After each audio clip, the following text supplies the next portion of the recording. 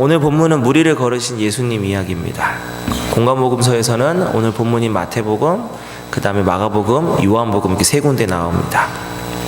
조금 달라요. 마태복음, 오늘 읽은 우리 마태복음은 베드로가 등장을 하거든요. 그래서 베드로가 무리를 걷는 장면이 나오는데, 마가복음하고 요한복음에는 베드로는 등장하지 않습니다. 이게 좀 다르고요. 지난주 오병이어의 기적도 놀라운데 그 뒤를 바로 이어서 무리를 거르는, 정말 다시 한번 그 우리의 믿음을 시험하는 것 같은 그러한 일입니다. 호기심에 제가 무리를 걷는 사람에 대한 그 기록을 한번 인터넷을 통해서 찾아봤습니다. 유튜브에 어떤 영상에 사람이 한 10발짝 정도 걷는 게 있어요. 이제 어느 기업체에서 촬영한 것 같은데, 모르겠습니다. 그게 진짜일까 아닐까는 잘 모르겠는데, 아마 교묘한 아주 치밀한 영상 조작이 아닐까라는 것이 대세입니다. 그리고 이제 간혹 가다가 아주 엉뚱한 사건도 있어요. 특별히 이제 저와 같은 종교 지도자나 목사 같은 사람들이 내가 무리를 직접 걸어보겠다 하다가 실패하는 경우들이 왕왕 아주 가끔 우리의 소식에 들려올 때가 있긴 합니다. 정확히 말하자면 사람이 무리를 정상적인 방법으로 걷는 것은 불가능합니다. 그런데 이제 이걸 찾다 보니까요, 아주 재밌는 거 하나 발견했어요. 사람은 무리를 못 걷는데 동물이 하나 걷더라고요. 제가 영상으로 한번 편집해 봤어요, 짧게. 자, 한번 보시겠습니다.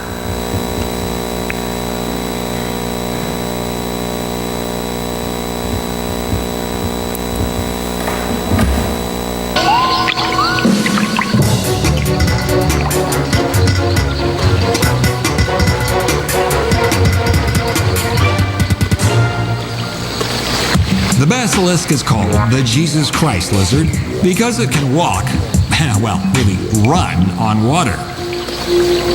It bicycles its hind legs, and the tail becomes a counterweight. 네, 재밌죠? 이건 조작이 아니고요. 진짜로 이 도마뱀이 무리를 저렇게 걷습니다. 도마뱀의 이름이 바실리스크라는 도마뱀인데, 중앙 아메리카, 특별히 코스타리카에 살고 있습니다.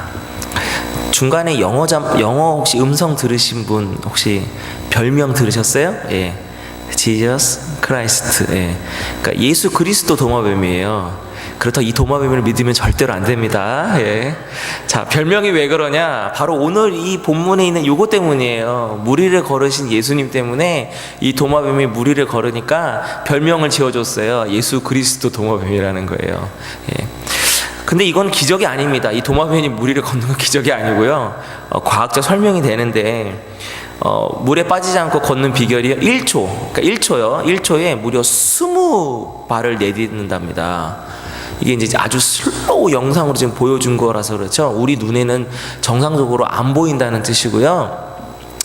보시면은 하겠죠. 물 완전히 위로 걷는 게 아니라 물에 조금씩 발이 들어갑니다. 근데 워낙 빠르게 걸으니까 이제 이게 무리를 걷는 것처럼 보이는 건데, 하여튼 진짜로 무리를 걷는 도마뱀이 있었습니다. 자, 지난번 오병이어 기적처럼 오늘 이 예수님이 무리를 걸으신 이 사건을 믿지 않으려는 사람들은 또 이렇게 얘기해요. 예수님이 무리를 걸었던 것이 아니라 물가를 걸었다라는 거죠. 그래서 영어 성경에 보면 물가로도 번역되어 있기도 해요. 근데 저는 이 부분이 아니라고 말씀드리고 싶은 게, 자, 24절에 보면 배가 이미 육지에서 수리나 떠나서 이렇게 돼 있어요. 또 다른 사본에 보면 바다 가운데, 그러니까 엄밀히 따지면 바다가 아니죠. 호수인데 가운데 있다라는 뜻이고요. 이 수리를 대충 보면 최소한도로 그래도 킬로미터 정도는 떨어져 있다라는 거거든요. 아무리 못해도. 그러니까 이게 물가를 걷고 있는 예수님은 착각했다라고 하는 걸 제가 봤을 때 반문이 생기는 거죠. 그러면 이것도 대단한 거예요. 제자들이 눈이 얼마나 좋으면 그 먼 거리에 떨어져 있는 물가를 걷는 사람이 보이며 그 사람이 예수님 걸 어떻게 보겠냐 이거죠. 그러니까 또 하나, 이것도 오류 투성이구나 라는 걸 하나 발견할 수 있었습니다. 자, 그런데 보통 이런 믿지 않는 이야기가 나오면 자꾸만 기적 사건을 증명하려고 하는 경향이 우리들은 강해요. 그래서 과학이나 설명으로 우리의 이성을 이해시켜 달라는 것인데, 이렇게 하다 보면 이것이 걸림돌이 되어 버립니다.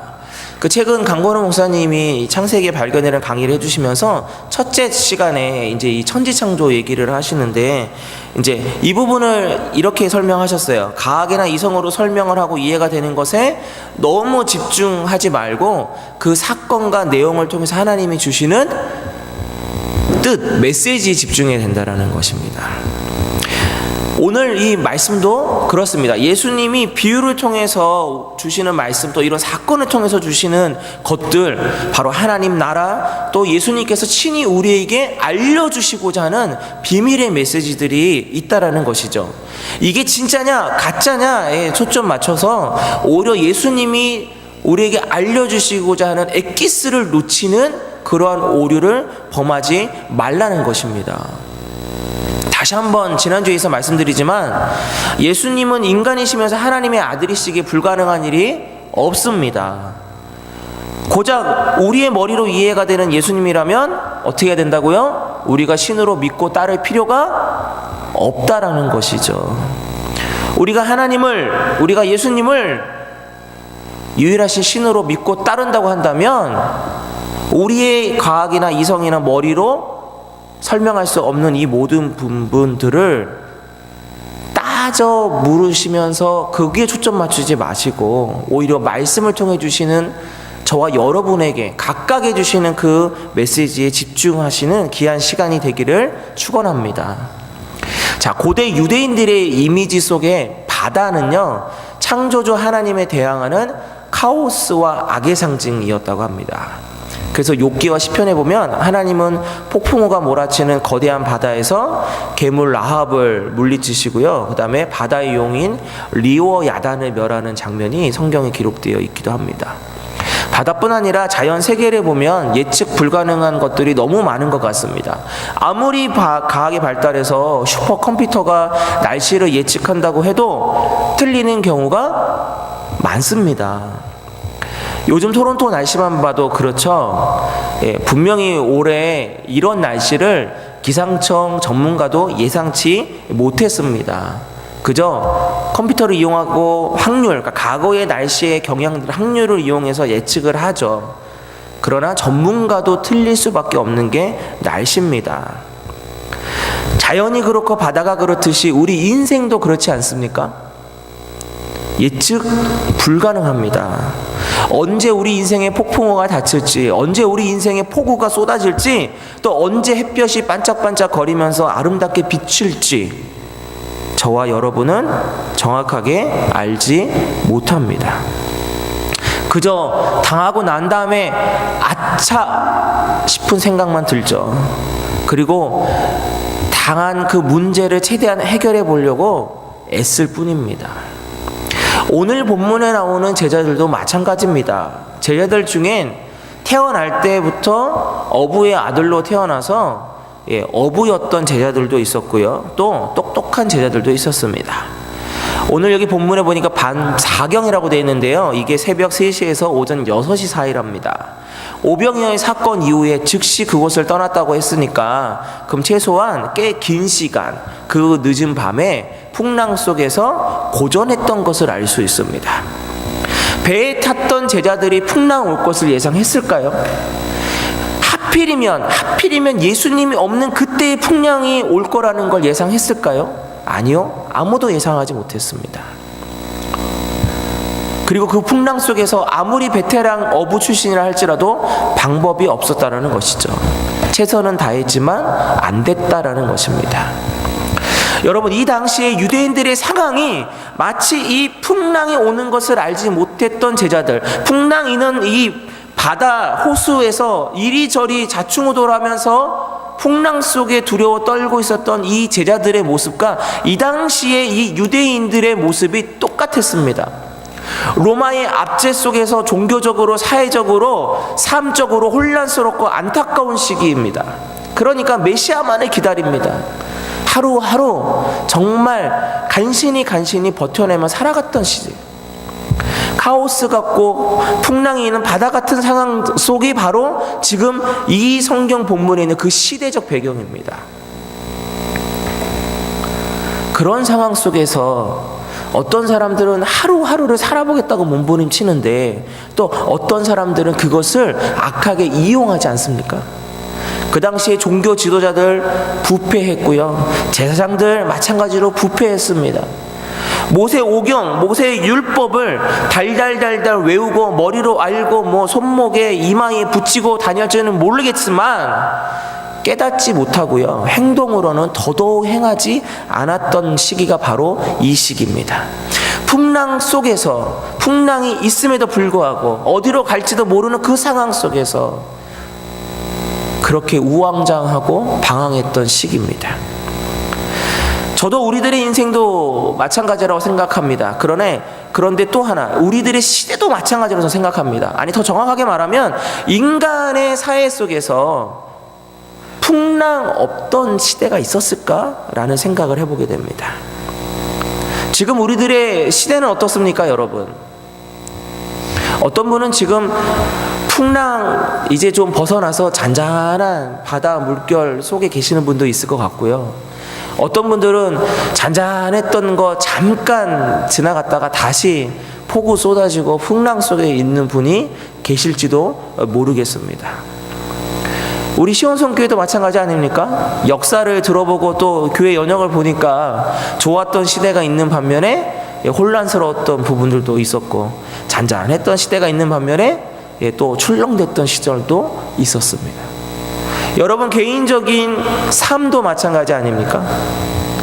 그런데 이 시대는 어떨까요?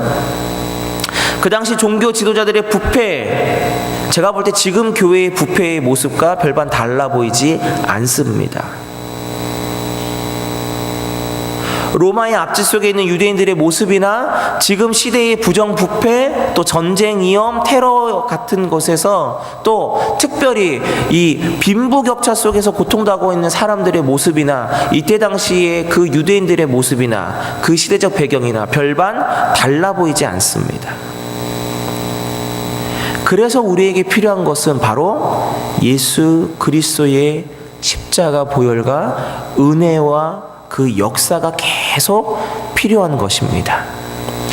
풍랑 같은 그 시대에 예수님은 홀로 풍랑을 잠잠케 하시면서 그 무리를 당당하게 걸어오셨던 것은 바로 그때 당시에 그 혼란스러웠던 그 배경과 그 유대인들에게 예수 그리스도는 한 줄기 빛이 스스로 빛이 되셔서 그 혼탁하고 어두웠던 그 시대를 메시아가 되셔서 당당하게 걸어가셨다라는 것이죠. 그 예수님이 지금 이곳에도 이 시간에도 저에게도 여러분에게도 계속 다가와 주시는 분임을 잊지 않는 저와 여러분이 되기를 원합니다. 그렇기 때문에 풍랑 이뤄도 우리에겐 소망이 있습니다. 하나만 짚고 넘어가고 싶은 게 있어요. 그런데 무엇이냐? 22절입니다. 오병이어 기적 후에 예수님께서 즉시 제자들을 재촉하사 이렇게 되어 있습니다. 다른 이 똑같은 무리를 걸으신 예수님 나오는 이 본문에 이 부분은 똑같이 나옵니다. 왜 그럴까? 그냥 성경에 한 줄 있다고 넘어갈 문제가 아니더라고요. 왜 그랬을까요? 오병이어가 어떤 부분입니까? 엄청난 기적 사건입니다. 예수님만 있으면 어떠한 문제가 해결됩니까? 먹는 문제가 해결됩니다. 지난주에도 잠깐 언급해드렸지만 그 당시에 로마의 압제 속에서 로마에다가 세금 갖다 바치고 또 중간에 누가 또 뒤로 뒷주머니 찹니까? 세리가, 그 걷는 세리가 또 뒷주머니 차느라고 또 걷습니다. 하나만 걷으면 되는데 거짓말로 2개, 3개 걷는 것입니다. 그리고 로마는 그걸 그냥 모른 척 해주는 것이죠. 왜? 자신들의 일을 대신 해주니까요. 그러니 아무리 발버둥 치고 노력하고 열심히 일해도 매일매일이 가난하고 매일매일이 배고픕니다. 그런데 예수님이 오병이어갖고 10,000명 이상의 사람들을 먹였으니 이것만큼 엄청난 일이 없습니다. 저는 이것을 지금 시대의 물질 만능주의와 같다라고 생각합니다. 자칫 잘못하면 예수님의 기적 사건이 자신들의 먹고 사는 문제 해결, 그러니까 쉽게 말하면 물질 만능주의를 구하는 부분으로 전락해 버릴 수 있기 때문에 예수님은 그 자리를 빨리 피할 수밖에 없습니다. 육신을 위해서 먹고 마시는 문제가 중요한 것이 아니라 영혼의 구원이 더 중요한 것인데, 지금 자칫 잘못하면 이것이 주객이 전도되어 버릴까봐 예수님은 그것이 더 염려스러운 것이죠. 그렇기 때문에 우리를 한번 좀 이 파트에서, 이 부분에서 돌아보고 나아가야 될 것 같습니다. 정말 중요한 문제 아닐까 싶습니다. 우리가 예수님을 내 안위와 물질의 축복을 주시는 분으로만 믿고 나아간다면, 오늘 이 본문에서 이 오병이어 기적 보고 예수님을 막 따라다니는 사람이나 우리들이나 다를 바가 없다라는 것입니다. 물질 만능주의의 또 다른 우상숭배, 그러니까 예수님을 앞에 놓고 또 다른 우상숭배를 만들어내는 것과 다르지 않다라는 것입니다. 말씀에서 채찍 같은 찔림은 피하고 싶죠, 여러분. 흔히 말하는 복만 듣고 싶습니다. 좋은 말씀만 해주시면 좋죠. 더 나아가서 교회나 목사가 여러분의 복을 대신 빌어주는 사람이나 도구가 되어서는 절대로 안 됩니다. 이렇게 되면 좋을 때는 괜찮습니다. 좋을 때는 신앙생활 행복하고 교회 나오는 거 즐거운데요, 예를 들어서 어려움이 닥치고 기도가 안 되고 응답이 안 되면 어떻게 되겠습니까? 원망하고 불평하고 떠나겠죠. 오늘 이 부분을 예수님은 너무나도 염려스러워 하시며 즉시 제자들을 재촉해서 떠나게 하신 겁니다. 두 번째로 우리가 이제 생각해 보겠습니다. 자, 예수님을 제대로 알고 봐야 된다라는 것입니다. 예수님을 제대로 알고 보자는 것입니다. 26절 보니까 하도 놀란 제자들이 예수님을 뭐라고 표현합니까? 유령이라 하며 무서워하며 소리 지릅니다. 이 부분 여러분들 상상이 한번 해보신 적이 혹시 있으십니까? 저는 상상을 했는데, 이때 제자들은 무서워하며 소리를 질렀겠지만 저는 이걸 상상하는데 너무 웃긴 거예요. 왜 그러냐? 그 배에 덩치가 그래도 허대가 있는 그 우락부락한 그 12명의 남자들이 한꺼번에 있는데 유령이다 하면서 지금 소리를 막 지르고 무서워하는 장면 한번 상상해 보십시오. 여자들이 어마 이거라, 남자들이 와 이거라. 저는 그래서 너무 웃긴 거예요. 12명의 남자가 떼거지로 이러고 있는 모습이 상상이 되니까 웃겼습니다. 저는.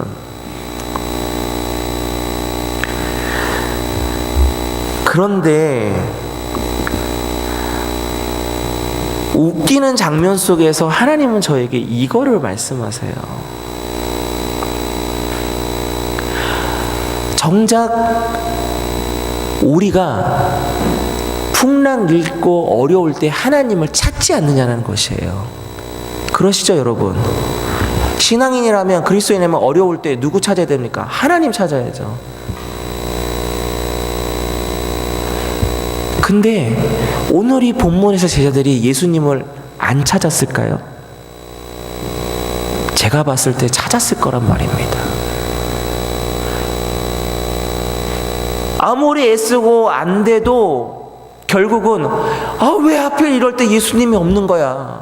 예수님만 있었으면, 평소에 그 엄청난 기적들을 하셨던 그 예수님만 있었으면 괜찮았을 텐데 이러지 않았을까요? 예수님 찾지 않았겠습니까? 결국 풍랑 속에서 우리가 예수님을 향하여 기도하고 예수님을 찾는 우리와 이 제자들의 모습과 똑같은데 결국 예수님이 무리를 걸어오시니까 유령이다 하고 놀라고 벌벌 떠는 모습이나, 우리가 어려운 상황 가운데 주님 나를 도와주세요 했는데 결국 주님이 나에게 오셨을 때 주님이 오셨어 안심하는 게 아니라 주님 벌써 오셨어? 이게 아니에요. 이렇게 반응하는 우리들의 모습이 있지 않느라는 거예요. 여러분, 하나님을 찾고 기도하시면서 점점점 빛으로 오시는 그 예수 그리스도와 하나님의 그 거룩하심을 점점 우리가 요구는 합니다. 하나님 와주세요. 하나님 내 기도에 응답해 주세요. 근데 어떤 건 빼고 와주셔야 됩니까? 거룩성은 빼고 오셔야 돼요. 왜? 뭐가 드러나니까요? 내 어두운 것들이 드러나니까요. 그러니까 예수님 빨리 응답해 주세요. 그 너무 빨라. 뭐가 빨라요? 아직 내 죄를 다 회개하지 못했고 나를 지금 돌아볼 시간이 없는데 너무 빨리 오시면 마치 잠깐만 기다려 주세요 하는 것 똑같다는 것이. 두려워하는 거죠. 뭐가 두렵습니까? 예수님 자체가 두려운 것이 아니라 그 예수님의 그 거룩성과 그 빛 앞에서 보여질 내 어둠이 두려운 것이에요.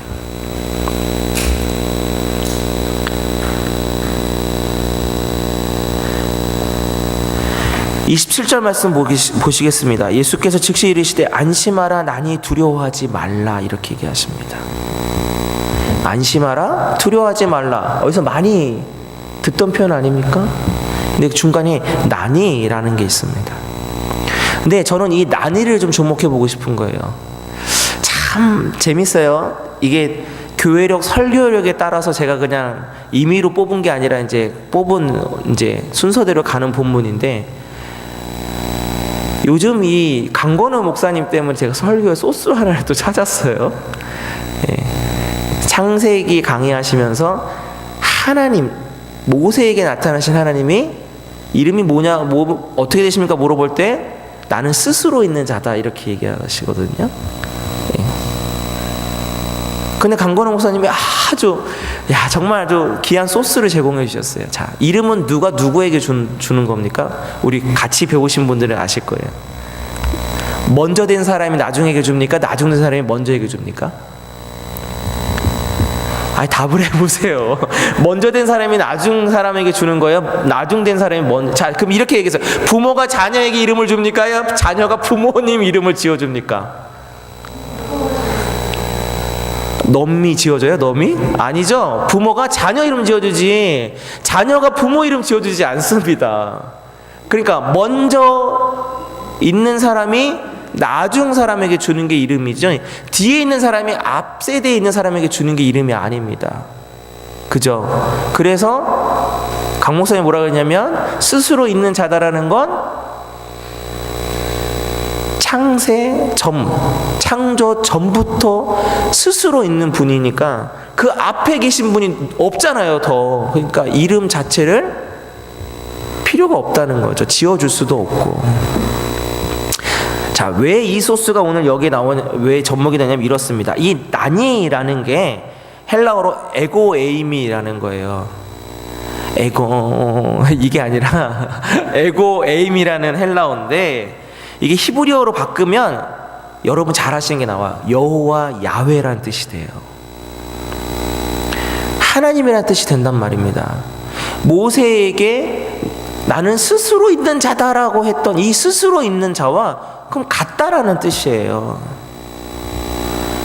그 엄청난 의미가 담겨져 있다라는 것입니다. 안심하라 나니 두려워하지 말라라는 건, 안심하라 두려워하지 마라, 내가 누구라고요? 내가 바로 스스로 있는 자다. 이름이 필요 없는, 이름을 너네들이 어떻게 지어줄 필요가 없고 지어줄 수도 없는 그 능력의 하나님 여호와 야훼 에고에임이 나다라는 것입니다. 할렐루야. 그러니 아까 손 붙잡고 내가 있으니까 안심해 라는 것과 나는 스스로 있는 자다라고 하시면서 안심하라고 하는 것과, 여러분 어디가 더 안심이 되시겠습니까? 어디가 더 두려움이 없으시겠습니까? 이 난이라는 이 아무것도 아닌 것 같은 거에 이렇게 깊은 뜻이 있어요. 저와 여러분도 이 난이라는 말을 자주 씁니다. 예를 들어서 뭐 요즘은 다 열쇠 갖고 다녀가지고 내 집 들어갈 때 보통 다 따고 들어가시죠? 열쇠로 돌리거나 아니면 이렇게 띡 하거나 아니면 한국 같은 경우에는 띠리리리리리 이러면서 다 들어가시던데, 예전에는 보통 아버지 퇴근하시고 들어오시면은 꼭 초인종 누르시죠? 그러면 이제 보통 아내분보다는 이제 아이들이 가서 누구세요? 이럽니다. 그럼 보통 아버지들이 뭐라 그러세요? 예, 정진우다 이렇게 얘기 안 하죠? 나다 이렇게 얘기해요. 우리가 평소에 다 쉽게 얘기하고 있는 거예요. 나다라는 거예요. 자, 그 나다라고 할 때 자녀들은 어떻습니까? 아내들은 어떠해요? 가깝게 사는 사람들은 어떻습니까? 그 나야, 나다라고 하는 그 짧은 그거 하나만 딱 들어도 어떻게 하세요? 맞구나. 그리고 문 열어주죠. 앞에 뭐 거창하게 뭐가 필요하고 뒤에 뭐 어떤 설명이 필요 없지 않습니까? 그냥 나다. 이거 하나에 끝나요. 이거 하나로 끝납니다, 여러분. 오늘 이 본문의 이 난이라는 것에서 저는 그걸 발견한 거예요.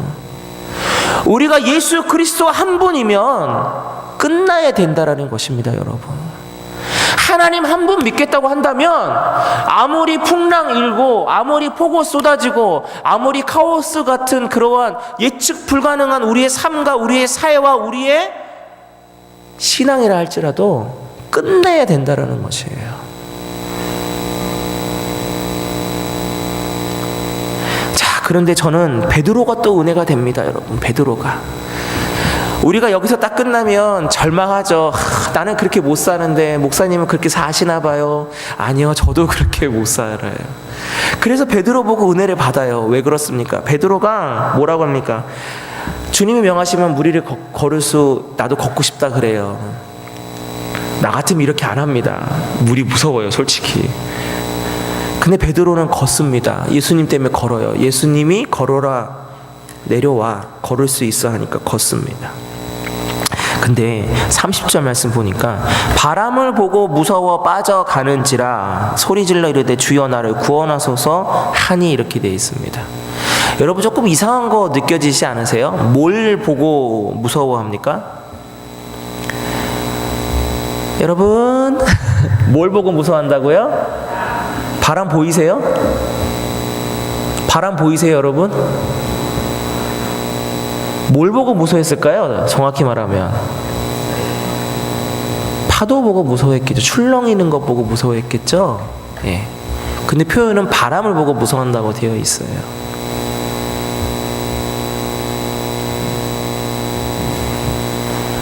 저는 우리들의 믿음이 부족하다라고 보지 않아요. 우리가 설교를 통해서 믿음 얘기 얼마나 많이 들으셨고, 여러분들 기도하시면서 믿습니다, 믿습니다 얼마나 많이 하셨고, 성경을 보시면서 이 믿는다라는 단어를 얼마나 많이 보셨겠어요. 저는 우리들의 믿음이 부족하다고 보지 않습니다. 또 뭐 짧은 신앙 연수를 갖고 계신 분들도 계시겠지만 저와 여러분의 신앙 연수가 짧다라고 생각하지 않습니다. 이런 거 모를 분들이 아니라고 생각을 해요. 그런데 베드로, 바람을 보고 무서워하는, 풍랑을 보고 무서워하는 이 베드로가 왜 내 모습같이 투영이 되고 왜 이 모습을 보면서 그래 베드로도 이랬으니까 라고 하면서 그나마 내 자신에게 다독거림을 주는 이유가 왜 그러냐면 바로 31절 뒤에 있는 것 때문에 그렇습니다. 자, 믿음이 작은 자여 왜 의심하였느냐 하시고. 우리가 살아가다 보면요, 진짜 베드로처럼 바다 위를 주님 손 붙들고 때로는 주님과 떨어져 있음에도 불구하고 주님만 바라보면 걸을 때가 있습니다. 진짜 믿음이 충만할 때가 있고 성령이 충만할 때가 있습니다. 그런데 문제는 그게 쭉 가지 않더라라는 것이죠. 그 이유를 성경은 예수님이 말씀해 주셨습니다. 믿음이 없는 자여가 아니라 뭐라고요? 작은 자요. 믿음이 없는 게 아니에요. 믿음이 있었으니까 거기 물 위로 베드로는 들어가서 그래도 걸어봤잖아요. 믿음이 없는 게 아예 없는 게 아니고 믿음이 있습니다. 다만 믿음이 적은 거예요. 적은 이유가 뭐라고요? 의심하였느냐. 저와 여러분이 믿음이 없는 게 아니고요. 믿음은 있는데 믿음이 작다라는 거예요. 그 작다라는 표현이 뭐냐? 의심한다라는 것이죠. 이 디스타조라는 뜻인 말인데 이게 무슨 뜻이냐면 두 마음을 품다 이 뜻이 있어요. 두 마음을 품다. 믿음이 없는 게 아니에요. 우리가 하나님을 믿어요. 예수 그리스도를 믿어요. 성령님을 믿습니다. 이 시간 제가 하는 설교 믿죠? 제가 엉뚱한 소리를 하지 않는 이상 믿으셔야죠. 하나님의 말씀을 대언한다 생각하면 믿으시죠? 근데 뭐가 문제냐? 두 마음을 품으니까 문제라는 것이에요.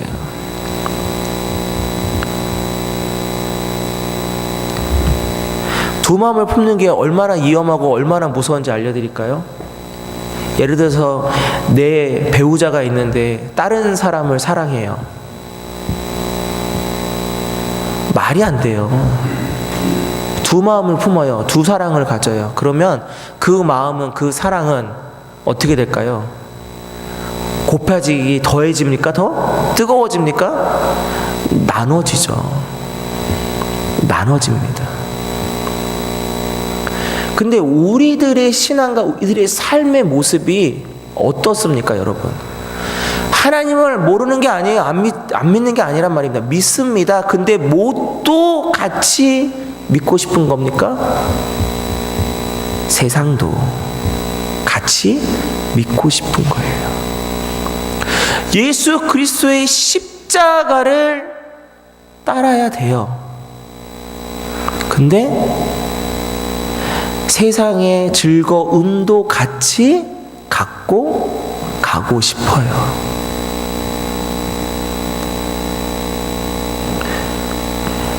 너가 갖고 있는 거 다 가난한 사람에게 나눠주고 나를 따르라 라고 했을 때 예수님을 따르고는 싶어요. 근데 그거를 나눠줄 수는 없어요.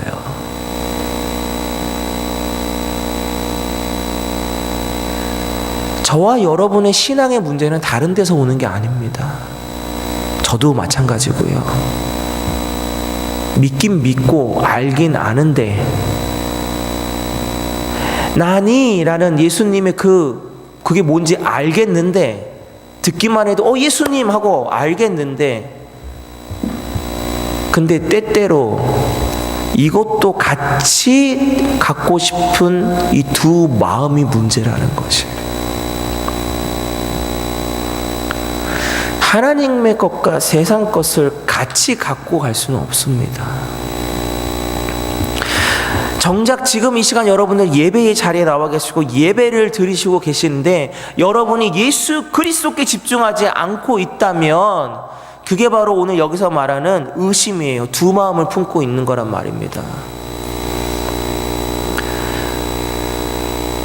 저 문을 열고 나갔는데 세상 속에서 예수 그리스도를 내가 믿는 구원받은 자라고 하면서 세상에 완전히 빠져서 살면 그것이 바로 의심하며 두 마음을 품고 사는 거와 같다라는 것입니다. 그러니 우리들의 삶도 우리들의 신앙도 우리들의 교회도 때로는 맑고 때로는 잔잔한 날 있고 어떤 때는 풍랑이 있고 폭우가 쏟아지는 날도 있을 수 있겠지만 그 어떠한 때에도 오직 나니라고 하시면서 바로 그 누구보다도 그 음성에 반응하고 나아갈 수 있는 바로 저와 여러분이 그 예수님의 그 음성을 듣고 깨닫고 반응하고 모시고 함께 갈 수만 있다면, 그렇다면 그 어떠한 풍랑 속에서도, 그 어떠한 파도 속에서도, 그 어떠한 상황 속에서도 저와 여러분은 예수님과 함께 무리를 걸을 수 있는 베드로와 같은 존재가 될 줄로 믿습니다. 기도하겠습니다.